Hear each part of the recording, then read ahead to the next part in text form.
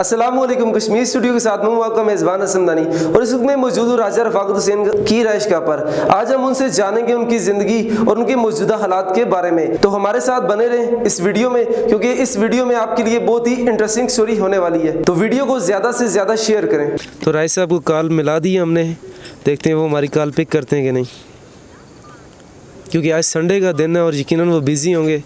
तो हमें वालेकुम सलाम। रफ़ाकत साहब किस जगह पे हैं आप? भाई मैं घर आ रहा हूँ, घर के पीछे पहुँच चुका हूँ, दो मिनट में भी आने वाला था। अच्छा, हम आपके घर पे आए हुए थे। हमने कहा आप घर पे मिलेंगे, लेकिन आप घर पे नहीं हैं। खुशामदीद ये आपने मुझे वहाँ कहा था हम घर जा रहे हैं, तो मैं तो इधर आया हूँ। चलो बस हम अचानक से आके हमने कहा कि आज आपका लाइफस्टाइल चेक करें, आपका घर देखें, कोठी चेक करें, आपकी गाड़ियाँ देखें। मैं ये मकान के पीछे आ गया हूँ सरकार, मैं अंदर आ गया हूँ। चलें आप आए, हम बैठे हुए हैं। तो राय साहब आ चुके हैं, उन्हें कॉल पिक की हमारी, और वो संडे था, कहीं बाहर काम से गए थे और अभी वो आए। हम उनसे मिलते हैं सबसे पहले तो। अच्छा, हम राय साहब का इंतज़ार कर रहे हैं और वो आ चुके हैं अपने घर पे। खुशी देखें इंसान की। राय साहब अस्सलाम वालेकुम वरहमतुल्लाहि वबरकातुहू। भाई कैसे राय जनाब, साहब क्या हाल है? हमने ठीक है, खैरियत है? बहुत अच्छा, मेहरबानी जनाब। आज आप नहीं थे, छुट्टी थी, तो हमने सोचा आज घर जाएं आपके और आपके घर का विजिट करें। बैठे पानी वगैरह मिला आपको? जी पानी अभी बेटा पिया। कामरान इधर आओ, इधर आओ। जी अभी पिया राय साहब पानी हमने। ठीक है, बहुत अच्छा। ये राय साहब क्या हाल है आपका? शुक्र है मालिक का जनाब, शुक्र है। मैं तो आपको वहाँ से सी ऑफ करके निकल आया था, गाड़ी तो बटा जरा आया हूँ। वहाँ से थोड़ा ये सामान लिया छोटी के लिए।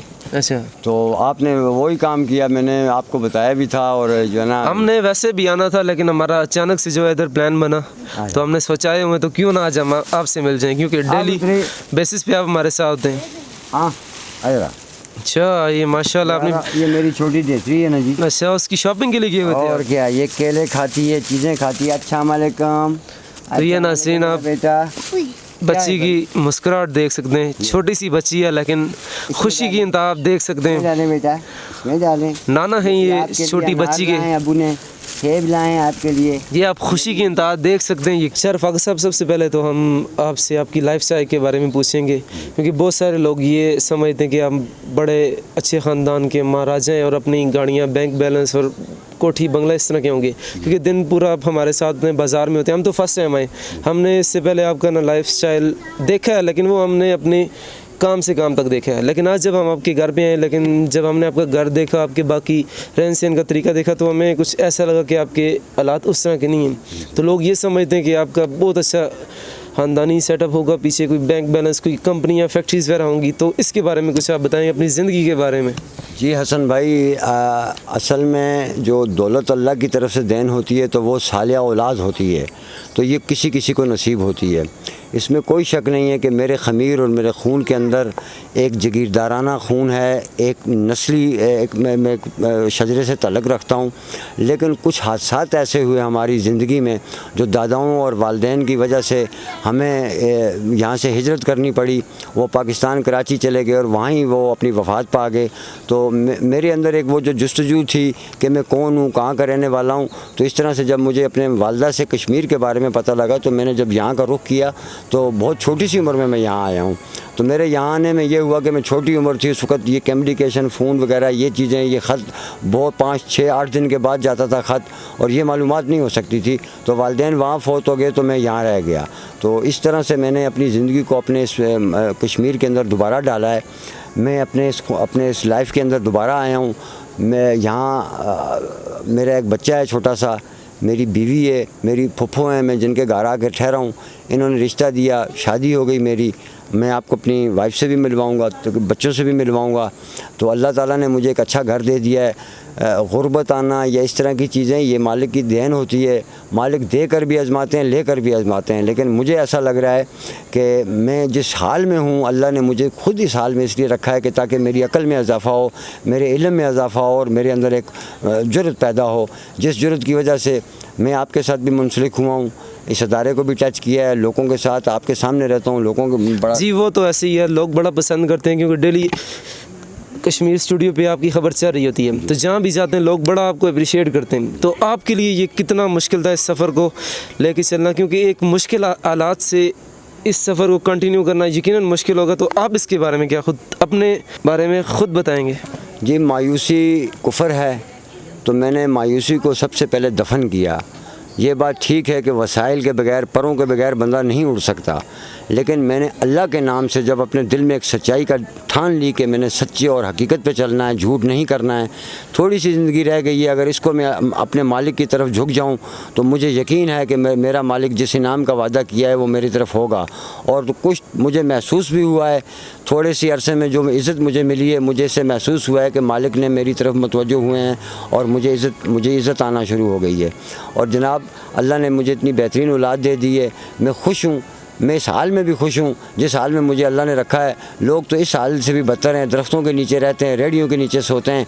मुझे फिर चलो अल्लाह की धरती भी एक दी हुई ज़मीन है, छोटा सा घर जो आप देख रहे हैं, ये जो छोटा सा टपरू है, इसी के सैन में किचन बनाया हुआ है, छोटा सा ख़ानदान है, बड़े खुशी से जी रहे हैं।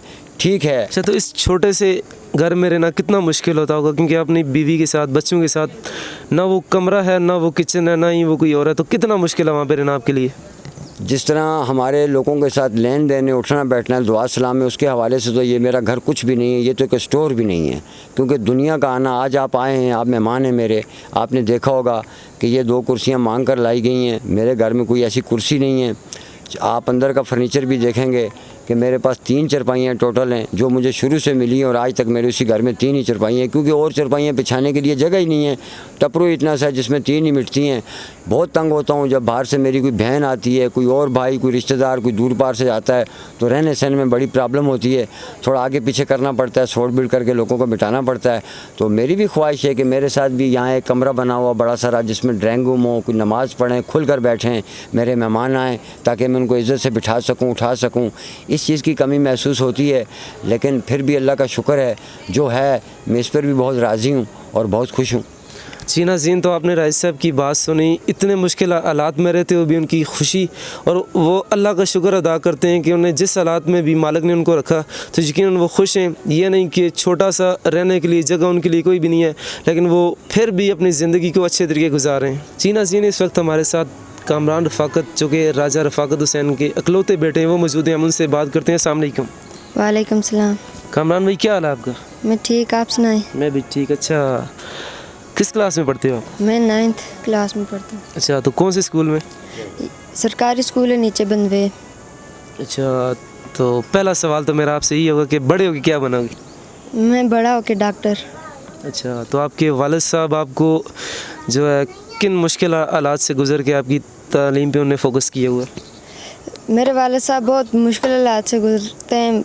मुझे पता है, वो अपने दोस्तों से रिक्वेस्ट करके मेरी वर्दी, किताबें और बैग सब कुछ करते हैं। फिर भी कमी रह जाती है, लेकिन फिर भी कोई नहीं है, वो ठीक ही करते हैं। अच्छा, तो आपको अफसोस नहीं होता कि इतने अच्छे पढ़े लिखे तो खैर इतना नहीं है, लेकिन हुनर जो है उनमें, तो इतना हुनर होने के बावजूद, टैलेंट होने के बावजूद वो कुछ नहीं करते, तो इस पर आपको अफसोस नहीं होता? ये फिर अल्लाह ताला की तकदीर ही है, जो इनकी किस्मत में जो है वही करते हैं, तो इस पे क्या अफसोस करना फिर। अच्छा, तो मेरा एक सवाल आपसे ये भी है कि आप जब नई क्लास में जाते हैं तो यूनिफॉर्म और जो आपकी किताबें, कापियाँ वगैरह होती हैं, वो आप खुद ख़रीदते हैं या आपको स्कूल की तरफ से मिलती हैं? खुद ही खरीदते हैं, अबू लाते हैं उधर से ही, हटियाँ से। अच्छा, तो वो यकीनन उनको या वो फटी हुई होंगी या वो पहनने के काबिल होती होंगी? पहनने के काबिल तो नहीं होती, पर फिर भी तो वो उसमें कभी आपको हेडमास्टर या स्कूल टीचर, जो आपकी क्लास टीचर होते हैं, उन्हें कभी आपको ये नहीं बात बोली कि आप इस तरह के कपड़े क्यों पहन के आते हो, या वो उनकी तरफ से आपको पूछा हो यार कि इस तरह के पहन के आते हो, अगर हालात ऐसे हैं तो कोई इस तरह की बात?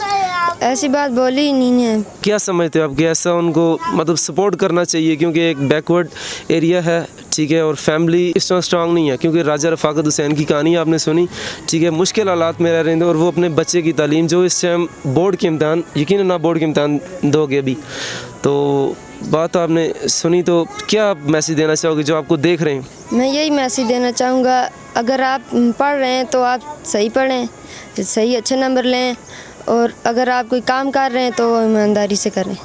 जी, तो आपने छोटे से बच्चे की बात सुनी। यकीनन ये आजकल के 40 से 50 साल की उम्र के लोग इस तरह की बातें हमें उनकी ज़ुबान से सुनने को मिलती हैं। तो यकीनन एक छोटे से बच्चे की बात सुन के यकीनन मैं ख़ुद भी हैरान रह गया हूँ। और यकीनन ये वालिदैन का और टीचर्स का भी इसमें हाथ होता है कि वो अपने बच्चों को किस तरह की तालीम दे रहे हैं। जी नाज़रीन, तो अब स्टोरी में एक नया ट्विस्ट आ गया है। इस वक्त हमारे साथ रफ़ाकत साहब की वाइफ मौजूद हैं, हम उनसे बात करेंगे। अस्सलाम वालेकुम। वालेकुम सलाम। अस्सलाम वालेकुम। वालेकुम सलाम। खाला, सबसे पहले तो अपना हाल बताएं आप। बस सर आप फर्स्ट क्लास ज़िंदगी गुजार दें, इस तरह ही गरीबी बेची तो अच्छा, तो हम देख रहे हैं आपके जो शोहर हैं रफ़ाकत हुसैन साहब, उनके साथ आप इस तरह की लाइफ गुजार रहे हैं, तो कैसे समझते हैं आप? बस अच्छा समझते हैं, गरीब हाँ, बच्चे पढ़ दे, बस वो भी मेहनत कर दे, मैं भी मेहनत कर दी बच्चों वास्ते, तो बस चंगी ज़िंदगी गुजरती, गुरबत आ। अच्छा, तो हर औरत की ख्वाहिश होती है कि उसका शोहर जो है वो अच्छा कमाए, अच्छा खिलाए, अपना घर बनाए, बैंक बैलेंस हो, गाड़ी हो, लेकिन आप इस मुश्किल हालात में, इस छोटे से घर में उनके साथ कैसे गुजारा कर रहे हैं? बस सर बहुत अच्छी तरह कर दे हैं, बस हम जो मुकद्दर विच है वही है। बच्चे भी ये ख्वाहिश कर दे और दे पर्दे घर देखा, जरा असा का भी घर होना चाहिए। छोटा सा बच्चा आस्ता पढ़ के आपने 2 कमरे ही बनाऊंगा अम्मी, मैं तो बहुत खुशी हुआ जरा मैं किसी तरह नाल अपना घर बढ़ा के ना बिच फिर टुरा।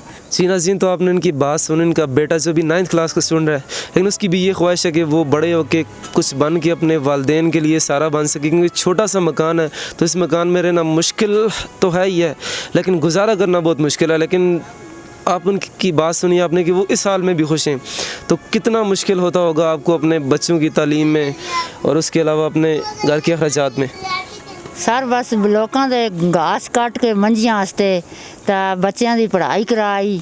एक बच्ची 12वीं पढ़ती छोटी, तो बच्चा छोटा और 9वीं क्लास में है, तो बस वो बच्चा एक लागता अम्मी जी मैं 12वीं करा तो 2-4 साल सूदिए ला के अपना मकान बना लूँ, तो अम्मी परेशान नहीं होना, तो बस वो। अच्छा, तो हमने एक चीज़ और भी देखी, आपने ये बकरियां, और क्योंकि ये हमारे कश्मीर में ख़ानदानी रवायत हर घर में होती हैं ये, तो इनके साथ कितना आपका टाइम गुजरता है? क्योंकि घर में तो ऐसा कुछ है नहीं जिसमें आप अपना टाइम गुजारें, क्योंकि ये चीज़ें आप ऐसी हैं कि आप इनको ले जाएं तो आप इनके साथ टाइम गुजार के अपना शाम को घर के लिए कुछ खाने पीने के लिए बना सकते हैं।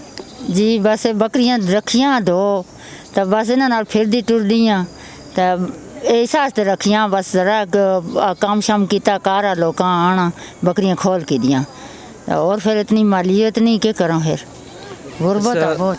गुरबत तो है, वो तो आजकल का दौर ही ऐसा है।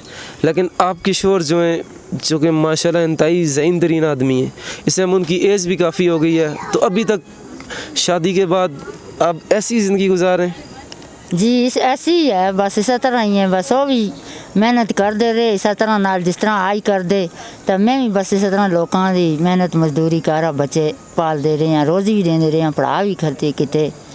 अच्छा, तो आप हुकूमत से क्या कहना चाहेंगे जो आपको देख रहे हैं, क्योंकि ऐसे लोगों की मदद करना उनका फ़र्ज़ बनता है, और यकीनन वो मदद करेंगे तो उनको अल्लाह पाक एक ना एक दिन किसी न किसी जगह पे उनके लिए राह हमवार कर देंगे। इस तरह नाल करे जिस तरह ये चलता बच्चों का आबू लोगों बड़िया वजीर आज़म नाल बड़िया अफसरां नाल, तो बस इतना दे छोड़ दे, चलो गुथी आटे ही हो गई, बस टरका टरकू की पर कर छोड़िया, और इन्होंने कोई मदद अमदाद नहीं की असा नाल। बेनजीर वाले पैसे लभदे से वो भी 2 साल होने लगे, कोई पैसा नहीं। अच्छा, तो उसके लिए आपने ट्राई किया आगे, क्योंकि वो उसका कार्ड होता है? जी उसते ट्राई कर दे हैं, फिर कोई पता नहीं लगता, नहीं आए जी नहीं तो आए। आगे वो जो लोग वहाँ पे बैठे हैं उनकी तरफ से आपको क्या जवाब मिलता है?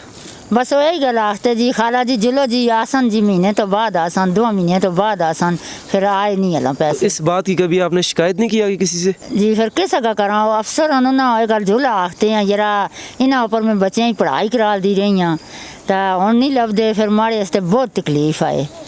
जी, तो नाज़रीन इन लोगों को चाहिए कि ऐसे गरीब मुतवस्सित लोगों का सहारा बने, क्योंकि ये ना हो कि आप ये समझें कि गरीब आदमी है तो उसको हम एक बार मना करेंगे तो हमारे पास नहीं आएगा।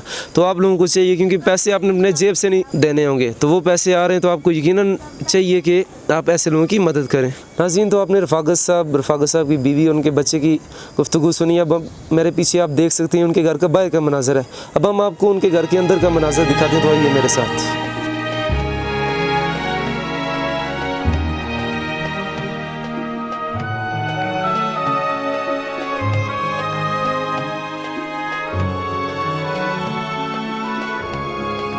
नाज़रीन, तो ये घर के अंदर के मनाज़र आप देख सकते हैं। ये एक अलमारी हमें नज़र आ रही है, उसके अलावा छोटी अलमारी। तो ये भाई साहब का बताना है कि ये अलमारी जो है मेरी बेटी के जेज़ के लिए, और एक ये चारपाई हमने रखी है।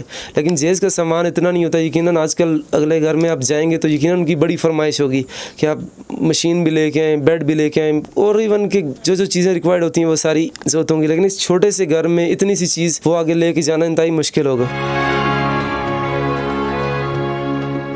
नाज़रीन जी, आप देख सकते हैं वाइट जो आपको रोशनी नज़र आ रही है वो चादरों में सुराख है, और जब बारिश होती होगी यकीनन के घर के अंदर पानी आता होगा तो कितना मुश्किल होगा इनके रहना, ये यकीनन हर इंसान समझता है। नाज़रीन, तो ये आप देख सकते हैं पीर सैयद सिकंदर शाह काज़मी रहमतुल्लाह अलैह की तस्वीर जो कि उन्होंने घर में अपने फ्रेम की सूरत में लगा कर रखी है। तो यकीनन उनसे इश्क, उनसे मोहब्बत का ये मुँह बोलता सबूत है। और आप ये बाकी घर के मनासर भी देख सकते हैं, छोटी छोटी चीज़ें हमें देखने को नज़र आ रही हैं। कोई इतनी महंगी चीज़ें नहीं है, ठीक है। एक गरीब आदमी के लिए इतना ही वो अफोर्ड कर सकता है कि अपने घर में छोटी छोटी चीज़ें रखें। और बाकी भी आप घर के मनाज़र देखें तो ये चादरें आप देख सकते हैं घरों को। इस वक्त ये समझ लें कि आप सर्दियों में यहाँ पे गुजारा करना मुश्किल होता है। और ये ट्राफियाँ आप देख सकते हैं, यकीनन ये बच्चों की जो है काबिलियत होगी, और यकीनन किसी ना किसी क्लास में उन्हें पोजीशन हासिल की होगी। उसके अलावा बाकी घर के आपको मनाज़र दिखाएँ तो इस साइड आप देखें, ये एक छोटी सी अलमारी यकीनन आज से 4 साल पहले हमने यूनिसेफ वालों के पास देखी थी, और यकीनन इनको मिली होगी। बाकी घर के मनाज़र देखें, ये एक उन्होंने छोटी सी गन कह सकते हैं, लेकिन वो वाटर गन है, कोई असली नहीं है। ये ना लोग समझें कि असली गन रखी हुई है और बदमाशी और घर में इस तरह की। और ये टोपियाँ, छोटी छोटी चीज़ें उन्होंने घर के अंदर लगाई हुई हैं। इसका मतलब ये कि पुरानी चीज़ें जो है उन्हें अपने घर में रखने का मतलब ये है कि उनने इस चीज़ को वाज़ा किया। और ये घर के आप देख सकते हैं छोटी छोटी चारपाइयाँ बिछाई गई हैं। यकीनन 4, 5, 6 लोगों के लिए इस 2 चारपाइयों पे रहना मुश्किल होगा। तो नाज़रीन, ये सामने आप गागरें दे सकते हैं, चूँकि उनके घर में कोई उस तरह का वाटर टैंक नहीं है। इसी गागर से वो अपना पीने के लिए, नहाने के लिए, इवन कि घर के जितने भी मामलात हैं वो इसी गागर से पानी वगैरह इस्तेमाल करते हैं। साथ साथ आप देखें तो पर्दे लगे हुए हैं, लेकिन ये पर्दे वो हैं जो घर में एक चादर के तौर पे ख़वातीन यूज़ करती हैं, लेकिन वसाइल ना होने की वजह से हमें इस तरह की चीज़ें देखने को मिल रही हैं। नाज़रीन, तो ये आप छत देख सकते हैं, उन्होंने आटे की तोड़ी जो है उन्होंने वो लगाई है। जब हमने उनसे पूछा कि ये आपने क्यों लगाई है तो उनका कहना था कि एक तो चादरों में से पानी भी आता है, और दूसरा ये कि तपश होती है, गर्मियों में रहना बहुत मुश्किल होता है। लेकिन देखा जाए घरों में प्लाइयाँ यूज़ होती हैं, उसके अलावा सीलिंग जिसको हम कहते हैं वो यूज़ होती हैं, लेकिन वसाइल ना होने की वजह से उन्हें इस तरह की घर में चीज़ें इस्तेमाल की हुई हैं।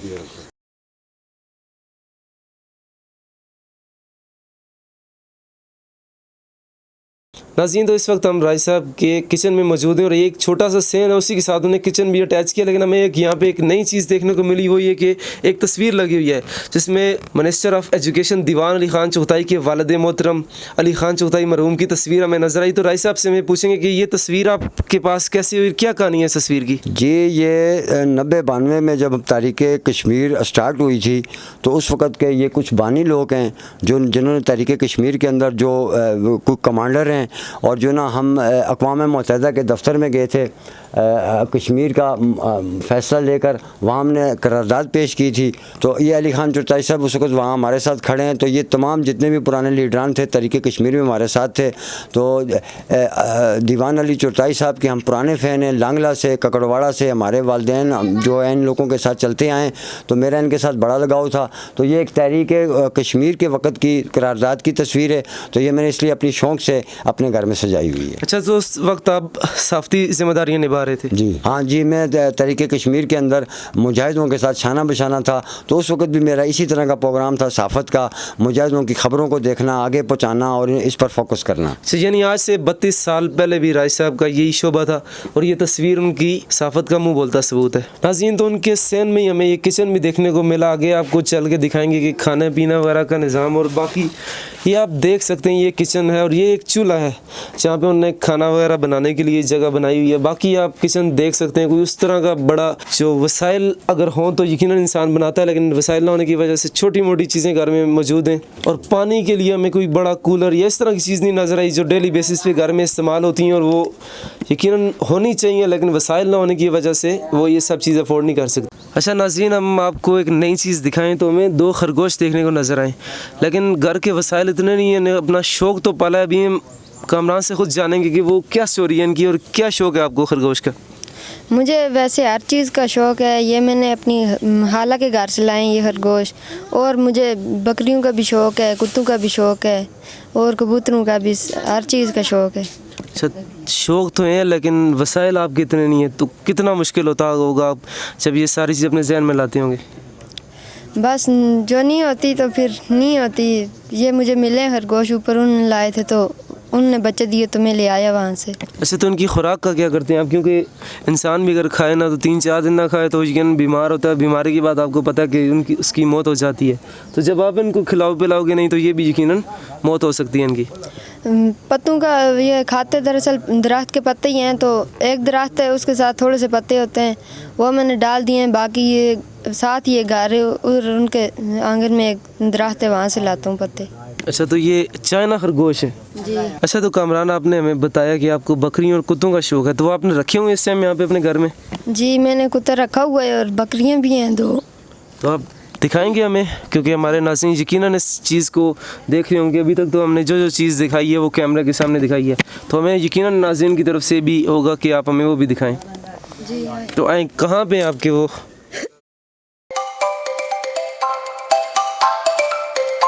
जी नाज़रीन, तो ये भी हमें लेके जा रहे हैं कामरान, क्योंकि उन्होंने बताया कि मेरा शौक़ जो है वो बकरियों का और कुत्तों का। खरगोश भी उन्होंने पाले, वो तो हमने देख लिए, आपको दिखा दिए। तो कुत्ता कहाँ पे रखा है कामरान आपने? जी, कुत्ता वो है।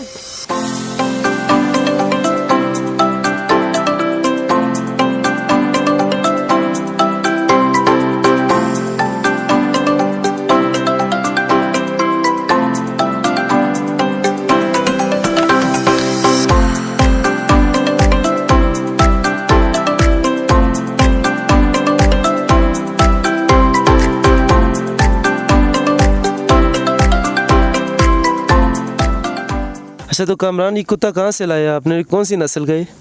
ये कुत्ता लेबरा नस्ल का है और ये मेरे पापा ने लाया था उधर चिकार से, अपने एक दोस्त से। अच्छा, तो इसके साथ आप रह रहे हैं, मुश्किल नहीं होता होगा आपको इसके साथ रहना? नहीं मुश्किल होता, मेरी शौक़ है ये। अच्छा, शौक़ है, लेकिन इसकी आप खुराक का क्या करते हैं? क्योंकि इसको तो जब तक आप खाने पीने के लिए कुछ ना दोगे तो यकीनन ये भौंकेगा और आपकी रात की नींदें भी आराम कर सकता है। जो रोटी बच जाती है इसको डाल देते हैं ऊपर। हमारे घर एक घर है, वहाँ से जो खाना बचता है वो आके यहाँ डाल देते हैं इसको। तो ये रात को तंग नहीं करता आपको? नहीं, रात को ही तंग करता है। जी नाज़रीन, तो कामरान का आपने पहले खरगोश देखा, उसके बाद कुत्ता भी हमने दिखाया। अब हम आपको बकरियाँ भी उनकी दिखाएंगे कि चूँकि उनका ये शौक़ है और यकीनन शौक़ का कोई मोल नहीं होता, चाहे जैसे भी हालात हो। उनने इस चीज़ को रखा हुआ है और उसकी खुराक का, उसके रहन सहन के लिए उन्हें जगह भी बड़ी बेहतरीन बनाई हुई है।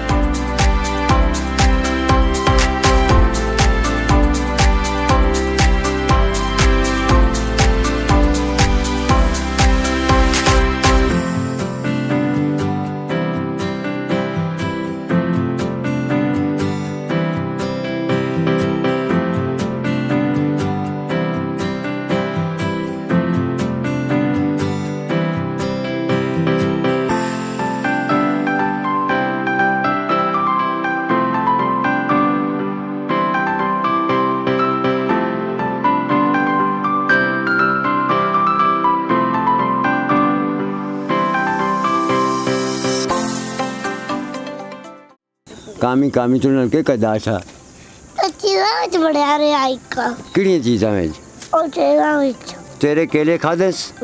तेरे केले खाए से न उसने? तूने मामू ने तेरे केले खाए हैं?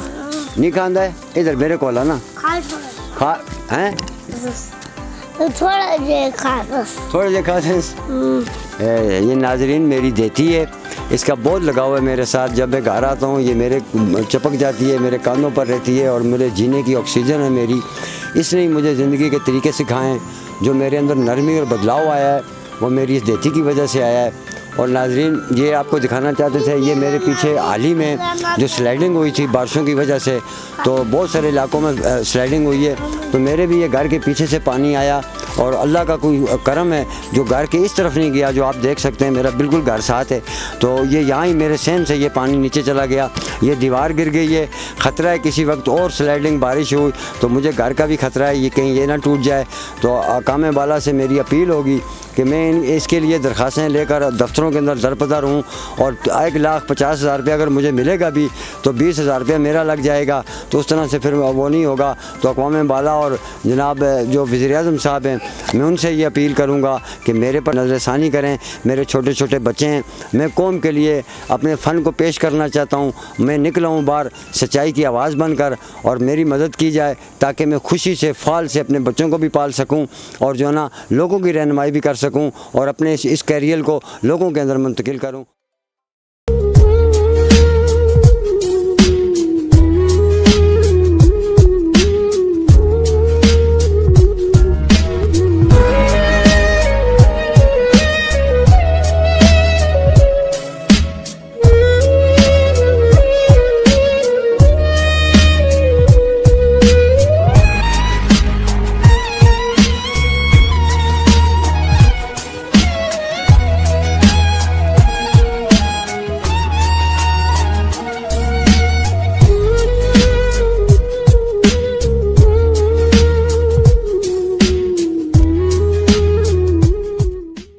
जी नाज़रीन, तो आपने रफ़ाकत साहब की ज़िंदगी के बारे में देखा, हमने उनका रहन सहन, उनका खाना पीना, उठना बैठना, अब तक तमाम तर चीज़ें आपसे शेयर की। आज के इस मुश्किल दौर में रहना उनके लिए इंतहाई मुश्किल है क्योंकि पुराने एक तो एजिड हो गए और ये जो लाइफ गुजार रहे हैं ये आज से तकरीबन 20-30 साल पहले के लोग गुजारा करते थे। तो राय साहब, आखिर में आप क्या पैगाम देना चाहेंगे अक़वाम बाला को, हुकूमत को, कि वो इस मुश्किल वक्त में आपका साथ दें और किस तरह की आप उनसे चाहते हैं कि वो आपकी मदद करें? देखें हसन, मैं भी इसी शोबे से मुंसलिक हूँ और मैं अक्सर मीडिया पर इन चीज़ों को देखता हूँ। डोनेट करने के लिए बहुत बड़े बड़े अदारे और एनजीओज़ हैं इस मुल्क के अंदर जो गरीबों के ऊपर और ऐसे घरानों को फोकस करते हैं और देखते हैं और उनकी मदद करते हैं।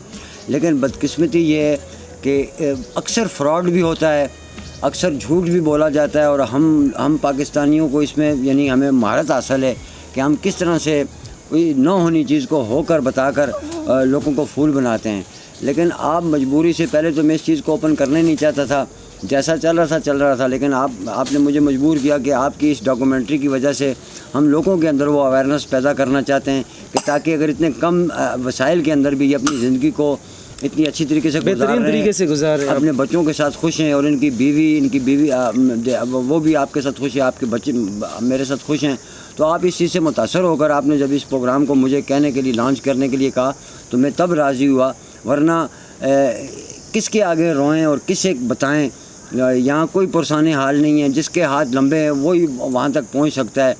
अब आपके सामने मेरी ये दीवार गिरी है, ऐसी दीवार अगर किसी एमएलए की या किसी भाई भतीजे की उसकी गिरी होती तो वो फ़ौरन जाके इदारों के अंदर से इसके बारे में कागज़ निकलवाता और बनवाता और इसका मुआवजा करवा लेता और ठेका भी खुद ले लेता और दोनों मज़े वो खुद लूटता। अब मैं किसके आगे जाके रहूँ कि मेरा घर के पीछे इतनी बड़ी दीवार नीचे गिरी हुई है और जो है ना मुझे मकान का ख़तरा है, किसी टाइम रात के टाइम भी अगर स्लाइडिंग हो तो बच्चे नीचे आ सकते हैं। तो ये चीज़ें मैं किसके आगे रोना रहूँ। लेकिन फिर भी हमने एक चैनल जो ये खोला है, इसके ऊपर हम लोगों की मुश्किलातों को भी रखते हैं और अपने भी हालात मैंने आपके सामने रखे हैं।